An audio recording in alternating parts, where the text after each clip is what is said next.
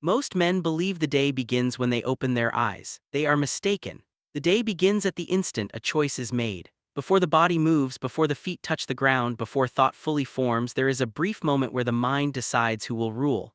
Comfort waits there, discipline waits there. Whichever you obey in that first breath will govern everything that follows.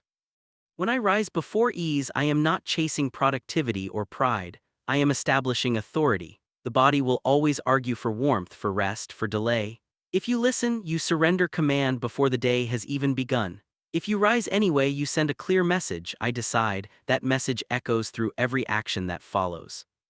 Most weakness is not dramatic, it is quiet. It hides in small delays, soft negotiations, harmless excuses, just a little more rest. Just today, it doesn't matter. These whispers seem insignificant, but they shape the mind. A man who allows negotiation at dawn will negotiate everywhere, in work, in conflict, in commitment, in moments where hesitation costs everything.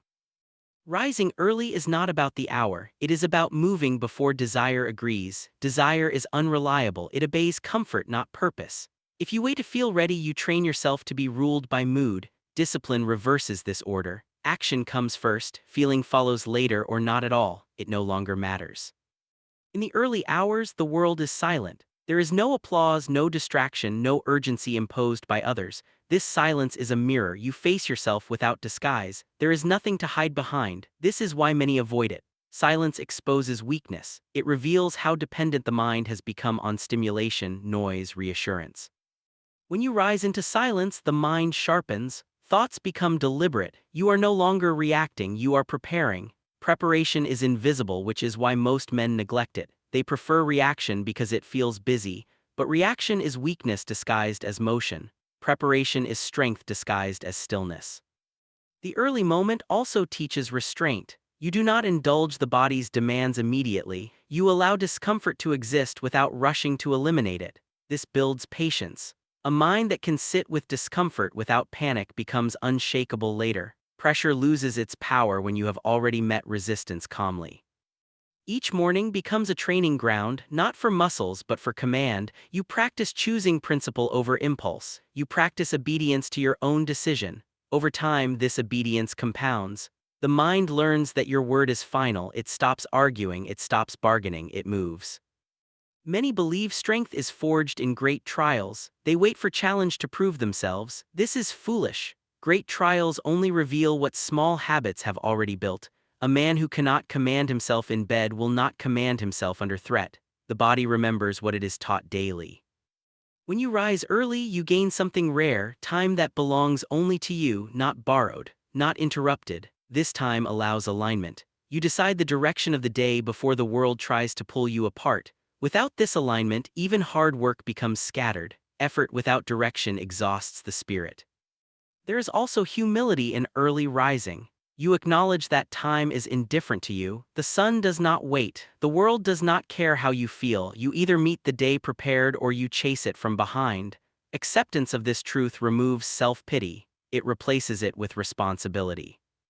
Over time, the benefits deepen. Focus becomes sharper, decision becomes cleaner. Emotional swings lessen. You are less reactive because you have already grounded yourself before chaos arrives. This calm is not softness, it is readiness. A blade does not rush, it waits, sharp and still. Some will say this discipline is excessive, that rest is important, that life should be enjoyed. They misunderstand. Discipline does not remove enjoyment, it removes dependency. When comfort is earned instead of expected, it becomes satisfying rather than dull. The disciplined enjoy rest deeply because they are not enslaved by it. The greatest change happens internally. You begin to trust yourself, not because you believe in yourself but because you have evidence. Each morning you kept your word. Each morning you acted without permission from comfort. This self-trust becomes unbreakable. External validation loses importance. Confidence becomes quiet and stable. Weak men need motivation. Strong men rely on structure. The morning is where structure is forged. Miss it repeatedly and structure collapses. Honor it consistently and strength becomes automatic. The first battle of the day is small, but it is decisive. Win it and the rest of the day follows your lead.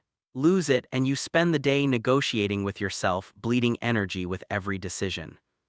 Command the morning and you command the man you are becoming. After the mind has been claimed in the first moments of the day, it must be tested. Authority without testing is illusion.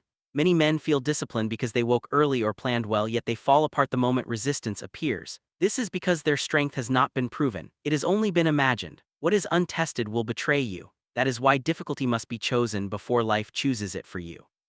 Most people treat hardship as an enemy that arrives without warning. They curse it, resist it, complain about its timing. But hardship is not cruel, it is honest. It shows you exactly where you stand. The mistake is waiting for it to arrive unexpectedly. When difficulty comes uninvited, it dominates. When it is chosen deliberately, it becomes a tool.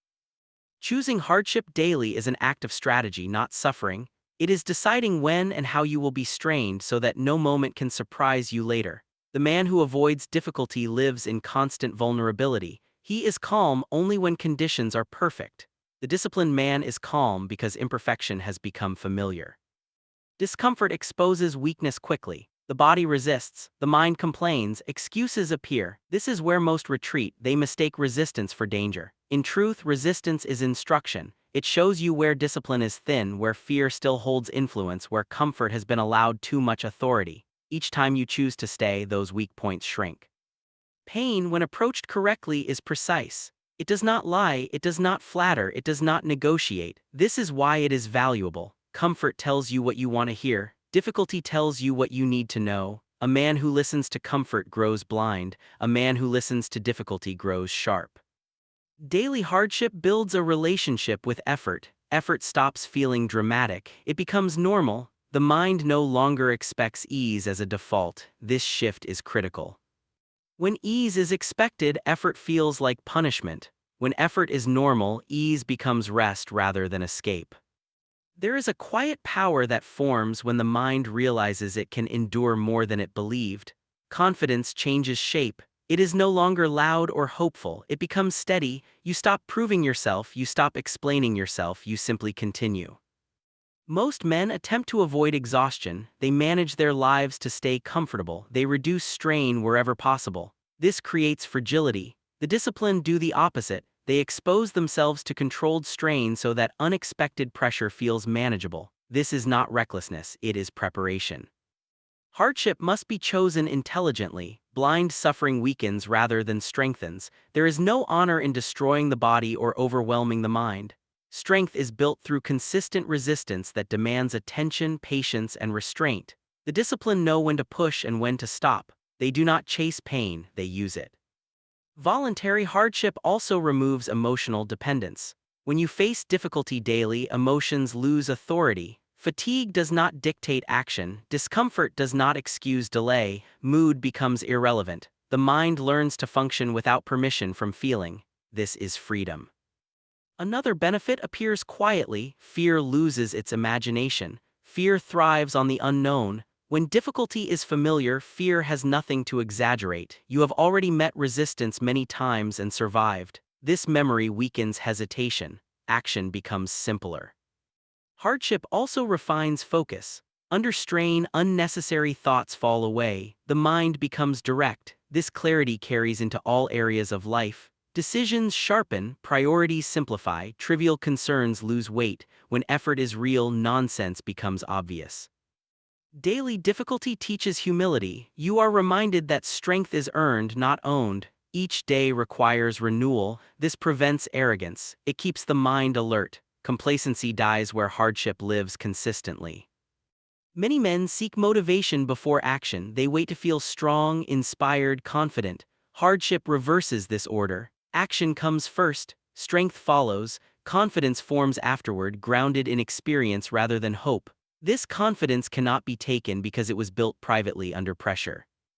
When life eventually applies its own force, and it will, the disciplined are not shocked. They recognize the feeling. They adjust posture, breathe, and continue. Others panic, search for escape, or freeze. The difference is not courage, it is familiarity. Voluntary hardship also strengthens restraint. You learn not to react immediately. You learn to stay composed while the body protests. This restraint becomes invaluable in conflict, decision-making, and leadership. A man who can remain calm while strained cannot be easily manipulated. Over time, something important happens. Difficulty stops being personal. You no longer ask, "Why is this happening to me?" You ask, "What is required now?" This shift removes self-pity completely, energy is conserved, action becomes efficient. Those who avoid hardship grow loud when challenged. They defend their comfort aggressively. Those who embrace hardship grow quiet. They have nothing to defend. They know who they are because they have tested it repeatedly. The purpose is not to suffer endlessly. The purpose is to remove weakness as a surprise. When weakness is exposed daily, it loses its power. It has nowhere to hide. Choose difficulty while you are calm, and chaos will never own you. After the body has been disciplined and hardship has been chosen, there is still an enemy that remains undefeated in most men. This enemy does not shout, it does not attack openly, it whispers quietly and disguises itself as reason. It is self-deception. If this is not destroyed, everything else collapses eventually. Skill, strength, endurance, all of it becomes fragile when the mind lies to itself. Most men do not fail because they are incapable. They fail because they refuse to see themselves clearly. They build an image of who they think they are and defend it aggressively. They protect this image with excuses, explanations, and stories that sound intelligent. But reality does not care for stories. It responds only to truth. To observe oneself honestly requires courage greater than physical bravery. Facing an opponent is simple. Facing your own weakness without flinching is rare. When you sit alone without noise, without distraction, the mind reveals patterns you would rather not see. Laziness dressed as patience, fear disguised as logic, ego pretending to be confidence. These revelations sting, and because they sting, most turn away. Ruthless self-observation is not emotional, it is surgical. There is no anger, no self-pity, no drama, only clarity. You watch your thoughts as you would watch an opponent's movement. You note tendencies, you observe hesitation. You see where discipline breaks and where comfort takes control. You do not justify, you do not condemn, you record. Many mistake this practice for self-criticism. It is not. Criticism attacks without direction. Observation gathers information. Information is power. Without it, correction is blind. With it, improvement becomes precise. The mind resists this process because it threatens identity. You may discover that you are not as disciplined as you believed, not as calm, not as focused. This discovery feels like loss, but it is actually liberation. You cannot improve what you refuse to acknowledge. Once illusion is removed, effort finally has a target. Silence is essential. Noise protects weakness. Constant stimulation keeps flaws hidden. When the world is quiet, the mind speaks honestly. This is why solitude is uncomfortable for many. They are forced to listen. The disciplined sit anyway. They listen without reacting. They let discomfort surface and pass. This builds composure. In observation, patterns matter more than moments. Anyone can act well once. Anyone can fail once. The disciplined look for repetition. Where do you consistently avoid effort? Where do you consistently overreact? Where do you consistently seek comfort? These patterns reveal character more accurately than intention ever could. Excuses collapse under observation. When you see yourself clearly, blame loses its appeal. You recognize that most outcomes are the result of repeated small decisions. This realization is heavy, but it is also empowering. When responsibility becomes total, control becomes possible. Ruthless observation also trains humility. You realize how often emotion has guided you without permission, how often pride has influenced decision, how often fear has whispered caution when action was required. This awareness sharpens restraint. You stop trusting every thought simply because it appeared. Over time, awareness moves forward in time. At first, you see weakness after it happens. Then you begin to see it as it happens. Eventually, you see it before it acts. This is mastery beginning. Choice appears where impulse once ruled. Space opens between thought and action. In that space, discipline lives. This practice also strengthens self-trust, not the loud kind that boasts, but the quiet kind that knows. When you see yourself honestly, you no longer fear discovery. There is nothing hidden, nothing fragile. Confidence rooted in truth does not require defense. Many seek validation from others because they are unsure of themselves. Praise becomes fuel, criticism becomes threat. The disciplined are unmoved by both. They already know their weaknesses and strengths. External opinion loses power when internal clarity is strong. There will be days when observation reveals failure. Do not dwell, record, correct, move forward. Shame is useless, pride is dangerous, both distract from action. The disciplined neither celebrate nor condemn themselves, they adjust. This practice must be daily. The mind adapts quickly and begins hiding again. Regular observation keeps it exposed. Like sharpening a blade, neglect dulls awareness. Consistency maintains edge. Most men fear knowing themselves because they fear what they might find, but ignorance is far more dangerous. An unseen flaw will betray you under pressure. A seen flaw can be managed. If you cannot face yourself honestly, no discipline will last. But if you can see clearly, weakness loses its camouflage and strength becomes inevitable. Look without lying, and nothing within you will remain unconquered.